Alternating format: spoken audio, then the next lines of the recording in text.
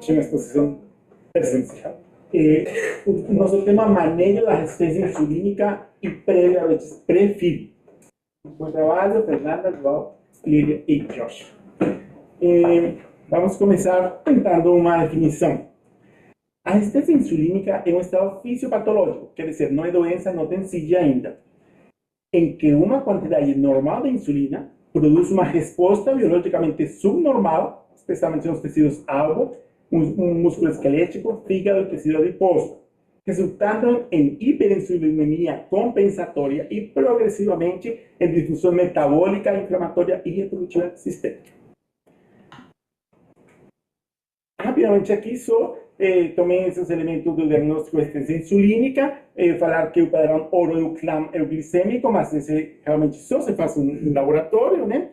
E queria trazer aqui o valor de cutoff da insulina em jejum de 13, aqui falando da sensibilidade e a especificidade. Se usamos o HOMA-IR em cutoff de 2,35, que, por exemplo, é recomendado para paciente com SOP aqui na população brasileira, daria essa sensibilidade e especificidade. E se tomamos a curva glicêmica insulinêmica, hoje só se usa para pacientes que, por exemplo, suspeitamos resistência insulínica magra, sem SOP. Aqui, vamos...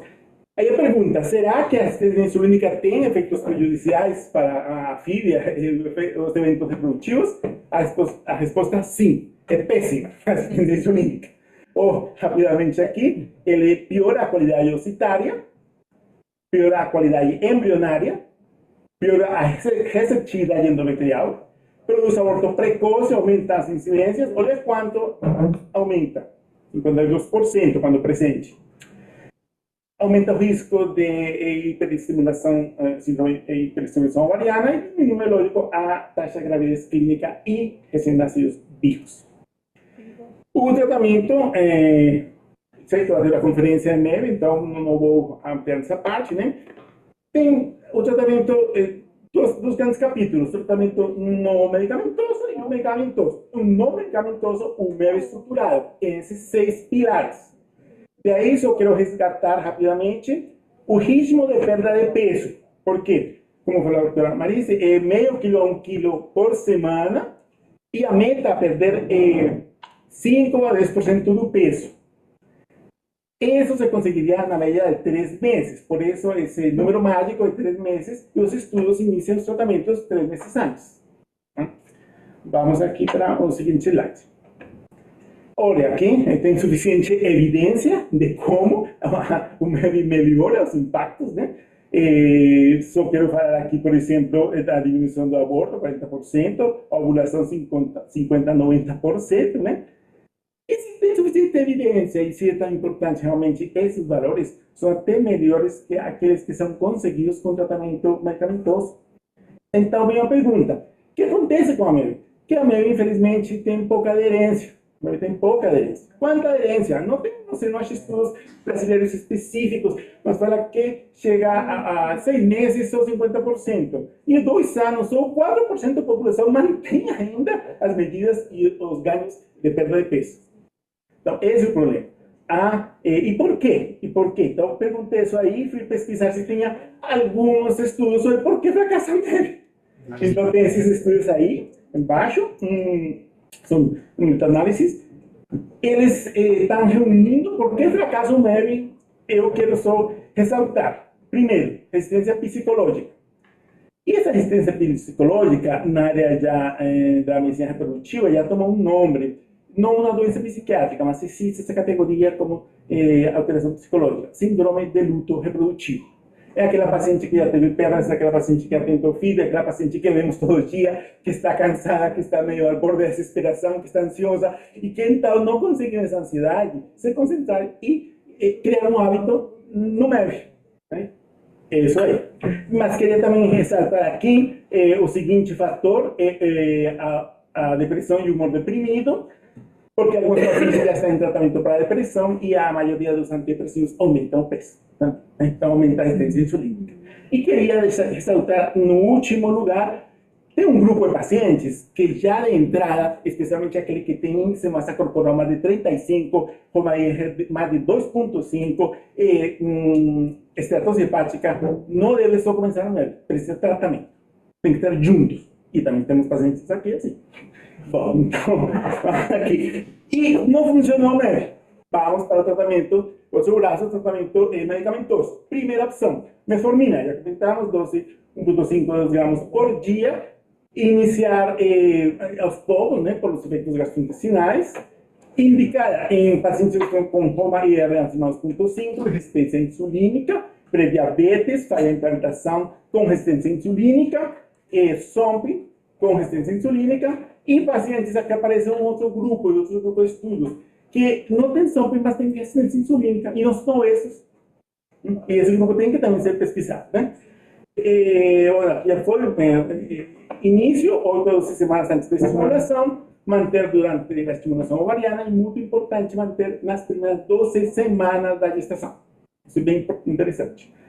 Bom, aqui é um medicamento seguro, né? Já há mais de 22 anos que está sendo usado associado na gestação. A FDA tomou como droga B. Aqui o que eu fiz, esse levantamento, os estudos que achei mais recentes, interessantes, e eu fiz um resumão aqui, que é muita coisa. Por exemplo, esse primeiro estudo é interessante porque ele é um estudo do coorte, né? Mas ele encontrou uma diminuição de pacientes que usaram prefiro a metformina, uma diminuição de abortamentos não usando 12%. Diminuiu 52%. A diminuição foi 52%. Né? Então, é muito expressivo. Aqui está um erro, porque não está sendo nascido vivo, mas a taxa de gestação clínica vai de 10 para 33%. Tem outro estudo aqui, esse de espanhol, é muito interessante. São estudos de coorte, não tem prospectivos, mas esse estudo demonstrou também uma diminuição, né, RR, de incidência de aborto, 1,44, e também ele se demonstrou taxa que aqui não apareceu, taxa de nascidos vivos, em mais de 30% a mais, nesse estudo, um estudo espanhol, de coorte multicêntrico. Outros estudos já tinham alertado que sim, que eu escrevi aqui, outros estudos tinham alertado que tinha essa diminuição do risco de abortamento. Então, o uso de metformina na resistência insulínica prefere o que mais ajuda é na diminuição de abortamentos. Minoinositol, ele é um álcool que faz parte até da membrana, ele age como um segundo mensageiro. Tem estudos que demonstram, especialmente a qualidade ocitária, meta-análises, e ele está indicado para o uso de SOMP com resistência insulínica. Quando for a primeira escolha, hoje se escolhe de acordo também a metformina ou inositol de acordo com as condições da paciente. Né? Esse tem na autoimina. Também em pacientes que não têm SOMP, porém que têm resistência insulínica e uma 1,5, falha de implantação, assistência insulínica, tá? Tem, a diferença é que o minoinositol, ele não tem contraindicação, e não tem efeitos gastrointestinais, que tipo a metformina, tem que estar monitorando a vitamina B12, né? A dose que achamos 4 gramas por dia, temos que manter essa relação ideal entre mioinositol e dequiinositol em 41, iniciar 2 a 3 meses antes da estimulação, tá? É boa probabilidade e pode ser associado, tanto com análogo de GLP-1 ou metformina. Aqui igual, fiz aqui esse resumão, tomando os artigos mais interessantes que encontrei, e realmente eles fazem ênfase em que todos têm associação, demonstração que aumenta a qualidade ocitária e a qualidade embrionária. E diminui também o risco de síndrome de hiperestimulação ovariana e também, por isso mesmo, precisa de menos doses de FSH de estimulação. Bem interessante. Bom, mas aqui foi, além a reunião do deadline de 2023, houve uma reunião de expertos na Grécia, em outubro, que eles fizeram recomendações quando escolher metformina quando inositol. A metformina continua como primeira escolha. O inositol tem indicação como substituto quando houve intolerância a metformina. E pode sim ser usado como efeito sinérgico. Outra. E agora, os medicamentos mais promissores, os análogos de GLP-1, já houve uma conferência, mas por quê? Porque eles, além da redução de peso efetiva, porque já temos uma médica que não é fácil, ela tem a redução efetiva de peso, aquele 5 a 10%, diminuindo a resistência insulínica, e está em estudo porque ele tem um efeito de imunomodulação. Como que está em tem estudos básicos, mas ainda não tem estudos duplos cegos, ou estudos tipo, com TCERA, coisa assim. Mas está em suspeita por quê? Tem aqui, então, eu fiz aqui igual, uns estudos que trouxe, fiz um resumo aqui. Tem esse estudo inicial, que é bem conhecido, mas tem um pouquinho velho, mas é interessante, 2018, ele é um estudo duplo cego, ele incluiu só 28 pacientes. Mas o que foi interessante? Que ele viu, aqui novamente um erro, gravidez clínica de uma melhora. Comparado dois grupos, metformina sozinha, na coisa que já falamos, metformina com liraglutida, saindo do mês antes, continuando com a metformina. Ele viu uma melhora em a gravidez clínica do 28%, saltou só um pouco de metformina para 85%. Então, embora que um estudo assim básico, que precisa, uma porta que abriu, né? Abriu a porta, mas ainda precisamos mais estudos para ser interessante. E assim, por isso, hoje se considera que a parte mais forte no uso de análogos do peso é a melhora na receptividade endometrial pela imunomodulação, porque esse achado não é suficiente só para perder peso, tem outros efeitos. E no fato tem aqueles receptores de análogos no endométrio que ainda está em investigação, que tanto está determinado o efeito. E finalmente, né, os conselhos para casa. Então, o meio estrutural vai ser insubstituível, infelizmente difícil é a aderência. A metformina revertiu o impacto, especialmente a incidência de abortos, e deve ser usado até semana 12, depois da FIV, isso em pacientes com SOMP, mas também pode ser usado em pacientes que não têm SOMP, que têm resistência insulínica, que falamos que é um grupo que às vezes não é bem estudado e existe. O imunositol melhora diretamente a qualidade auditária e os análogos são da máxima potência, precisa aquele workshop que já foi comentou, porém precisa mais estudos, realmente cegos, para ver como vamos a interagir com associações. Então, a resposta vencedora é a associação do MEV na farmacoterapia. E aqui, quando eu bato cansaço, vocês podem tomar um pacote e da Cartagena, no meu país, passar uma semana. Se eu ganhar a Mega Sena, comigo todo de graça.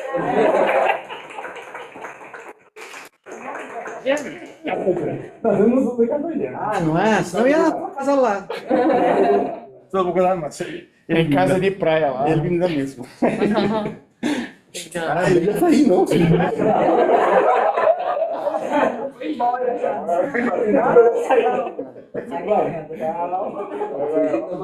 para você falar o português, que não é sua língua nativa, é difícil. Então, parabéns, a gente entendeu muito bem, seu português está ótimo. Nossa, 7 minutos, tanta coisa. Agora, vamos fazer uma definição na parte clínica do que é o experimental, tá? Nós utilizamos muito insulina para fazer estudos clínicos, perfeito. Na parte clínica, ela não é recomendada para sociedades, inclusive a International Society. Aí você fala assim, mas por quê? Você mostrou até os números lá de sensibilidade, especificidade, que é baixíssimo. Sim. É uma porcaria. Tudo que for uma sensibilidade muito baixa, pode ter um resultado controverso. E outro problema que eles colocam, os kits, e você pode pegar os kits comerciais que nós temos aqui até no mundo, 70%, 60%, 70% do kit ele acaba pegando proinsulina que não tem efeito nenhum. Por isso que o pessoal não sabe definir. Olha, vamos utilizar um cutoff de 30, não 15, vamos usar 13 que você colocou, hoje já puseram 7. Se aumenta a sensibilidade. E tem outro problema, porque a insulina é um hormônio dinâmico. Ele depende de ter açúcar tomar para poder estimular. Então o pessoal tentou a sobrecarga, mas a sobrecarga de 140, Vamos por 150, que você colocou? 150. Vamos por 200? O Ricardo Aziz sugeriu por 300, para ter Nossa. certeza. Vai que é bom. Então, por essa, a gente acaba não tendo um parâmetro fiel para usar na prática clínica, né? A gente acaba utilizando mais como estudos comparativos, né? A gente quer saber o efeito em trabalho científico. O que a gente utiliza na prática clínica, você colocou também, é glicemia de jejum, que a gente utiliza, né? Acima de 100 você tem uma intolerância à glicose, tá? Acima de 126 o diabetes. A gente utiliza muito a sobrecarga, né? Você pôs a curva glicêmica, mas a gente acaba utilizando na prática pegar 2 horas depois da sobrecarga, ao invés de fazer a curva. Você pode até fazer a área da curva. O endocrinologista adora a área da curva. Eu acho mais simples você pegar 2 horas depois, 140 de glicemia já seria, né? Digamos, já seria uma intolerância à glicose. Eu utilizei 150 para qualquer hora e aqui são 2 horas 80, vamos falar nada do tempo. Né? É o que está sendo considerado na literatura, né? Que até pôs o guideline da TID, da TID, é hemoglobina glicada. Mas ele tem Acima de 5,7, né? baixa sensibilidade. Mas isso que você está me falando assim, né? O Rui Ferriani me falou há 15 anos atrás, quando eu falei hemoglobina glicada, né? Hoje eu já falo diferente, ele concorda comigo, entendeu? Então, assim, é uma forma de a gente ver. Talvez não seja o suficiente, mas a clínica é importante. Tem a cantose níquea, principalmente no pescoço, valoriza. E hoje, né? A maioria dos exemplos, até o sobrepeso já como tendo resistência insulínica e permitindo com que você, se não responder aos tratamentos convencionais, você possa usar. A questão é, vou utilizar, que nem você mostrou, metformina ou vou usar o milnozitol? O problema não é só de efeito custo. A metformina eu tenho assim, posso pegar até de graça. Por isso mantém a primeira opção. Só que o problema dela é efeito colateral. Eu não falei que a gente falou do Orlistat, que dava diarreia, também dá diarreia. Às vezes dá muita cólica, às vezes dá epigastralgia. E às vezes para a epigastralgia, a paciente às vezes não consegue comer e acaba perdendo até peso. Né? Então você tem efeitos colaterais. E que também, dependendo da paciente, da sua explicação, ela acaba não aderindo ao tratamento. Não aderir ao tratamento não vai ter o efeito esperado. Agora, o Milnozitol, ele é muito mais caro. E ele também melhora a resistência insulínica. Ele vai pegar o inositol, né, trifosfato, e vai fazer a KT, e com a KT ele vai jogar as vísculas de GLUT4 para a superfície e melhorar a resistência insulínica. Esse é o básico. Mas ele também consegue agir juntamente com o FSH no segundo mensageiro para ampliar a via. Tanto que a gente tem protocolos aí que eles usam uma quantidade menor de FSH com menos etol. Só que o N é tão pequeno que eu fico na dúvida, será que não foi uma forçação de barra esse estudo? Agora, se você estudar, ver como ele age, é interessante, porque além de pegar esse segundo mensageiro, ele também aumenta, né, o hormônio antimileriano, aumenta vias metabólicas e ele age também no metabolismo da célula granulosa. Então, por isso que o laboratório foi muito esperto no passado, quando lançou, né? Lançou Fertisol para fertilidade, né? Por causa de todas essas ações. Mas não é tão assim. A gente não pode falar que só por causa disso é melhor que a metformina. Não dá para falar. Mas, como você falou, uma segunda opção. Agora, é diferente o tratamento dos dois, tá? A metformina a gente vai ter um efeito melhor se a gente der noturnamente com o metabolismo da insulina. E o milnozitol é mais de dia. Eu tenho uma enzima que faz a conversão, principalmente na SOP. Você mostrou que é 1 para 40, mas na SOP, no ovário, no líquido follicular, é 1 para 100. Então tem um de 1000, de 100, desculpa, o contrário. Eu tenho 1 de 1000 para 100 de quilo. E isso é um problema. E tem estudo que mostra que é até menos, que é 0,2. Porque a enzima conversora está com defeito nas mulheres com SOP. A gente não sabe se é um efeito secundário também da insuficiência insulínica. E aí o que acontece? Quando você faz isso, você melhora a fisiologia ovariana, equilibrando. Só que dando só minoxidil também não funciona. Você tem que dar um pouquinho de quilo junto, que aí funciona direitinho. E olha, e cada envelope não tem 4, tá? Está escrito 4 gramas, mas na verdade são 2 só de minoxidil. O mínimo que você vai precisar são 4 gramas, mas pode chegar a 8. Ou seja, 4 envelopes. Quanto que essa mulher vai gastar no tratamento? E aí tem outros protocolos que eles, não sei se você chegou a ver, que eles tentam colocar o N pequeno, mas eles tentam colocar os dois juntos, para tentar baixar preço e até efeitos colaterais, né? Então, você diminui a quantidade da metformina, põe também uma quantidade menor de minoxidil e acaba tendo um efeito assim, não superior, similar e até um pouquinho mais baixo, se for ver, depende do parâmetro. Agora, uma coisa interessante, quando você também, nesses trabalhos, e ninguém fala sobre isso, tanto quando você dá metformina, quando você dá o minoxidil, ele melhora, eles falam muito dos outros efeitos reprodutivos, mas ele melhora HDL para a mulher, é importante. Então, até no metabolismo lipídico, acaba influenciando um pouco. Não que ele vai substituir por medicamento, mas só melhora metabolicamente, isso é importante para a mulher. E é a questão. E tem outros surgindo, viu? Não é só isso aí não, viu? Tem um monte surgindo no mercado. Mas hoje a gente fala que a perda de peso é tão importante quanto o medicamento. De novo, estilo de vida. Vai ser para todas as doenças. Não tem jeito de fugir disso. Saúde em geral. É saúde em geral.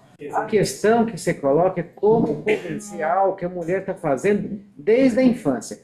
O que vocês fazem na infância quando vocês querem ter uma festa? Comida! E a festa é legal porque tem bastante comida. Se tiver aquelas coisas, você vai lá e come só uma saladinha, umas coisas, aqui, mas quanto mais porcaria tiver para comer, melhor, não é assim? Então, culturalmente, e são todos os países praticamente. Os latinos são piores, eles gostam de fartura. Estamos aqui, o Brasil também gosta de fartura. Não posso até falar que também os africanos também gostam de fartura. Sim, todo mundo. Um montão assim. O problema é a quantidade de carboidratos. Tanto que não existe uma dieta. Se for ver, não tem nenhuma dieta geral. Você falou até de uma dieta mediterrânea. Essa dieta é difícil você dar para a pessoa, é cara. O ideal é você abaixar calorias. Mas fechar a boca das pessoas não é fácil. Isso eu escutei de um pesquisador, ele já morava em Chicago mais de 30 anos, né? Ele nasceu, ele era brasileiro, tinha nascido no Rio e estava morando lá. E ele era o principal pesquisador americano, né, de lipídios, no laboratório inteiro. E eu falei assim, mas puxa, eu só vejo aqui trabalho em animais, trabalho em culturas, etc. Por que você não faz humanos? E eu falei assim, eu não consigo controlar a boca dos americanos. Mas não vai ter controle, né? Não tem controle. Como que eu posso falar que esse metabolismo daqui e dali, porque o cara não se controla? É que ele vai comparado. Ele come uma coisa hoje, amanhã, conforme o dinheiro, conforme a pressa, conforme o que ele quer, come outra coisa. E é isso. Então, essa questão de padronizar a comida, às vezes é difícil. Mas você pode evitar coisas hipercalóricas, você pode fazer. Aqui a gente falou do plástico e do McDonald's, evita o McDonald's. Tem que eu vi uns sanduíches lá, eu comi 2 hoje, eu tô culpado. Não é do McDonald's, mas assim, precisam ter cuidado. E assim, tentar compensar. Se você acaba consumindo um pouco mais, tentar, depois outros dias tentar diminuir, voltar para o equilíbrio. Porque toda vez que a gente está preocupado, a gente está ansioso, que nem você está ansioso aqui, eu acho que você deve ter comido pelo menos uns 3 sanduíches daquele lá. É uma forma de você melhorar os neurotransmissores e melhorar o quê? Fica mais tranquilo, mais sossegado. É o que acontece com a sopa, porque ela come demais. Ela está emocionalmente, ela está debilitada. E isso acontece com a minha paciente com essa clínica, paciente com sobrepeso, paciente obesa. Por isso que não todo um suporte para ele, até emocional, para ela poder aderir ao seu tratamento e até ela acreditar que vai conseguir engravidar. Porque se a paciente não acreditar que vai engravidar, não engravida. Você pode fazer qualquer protocolo, viu? E isso vai ser importante.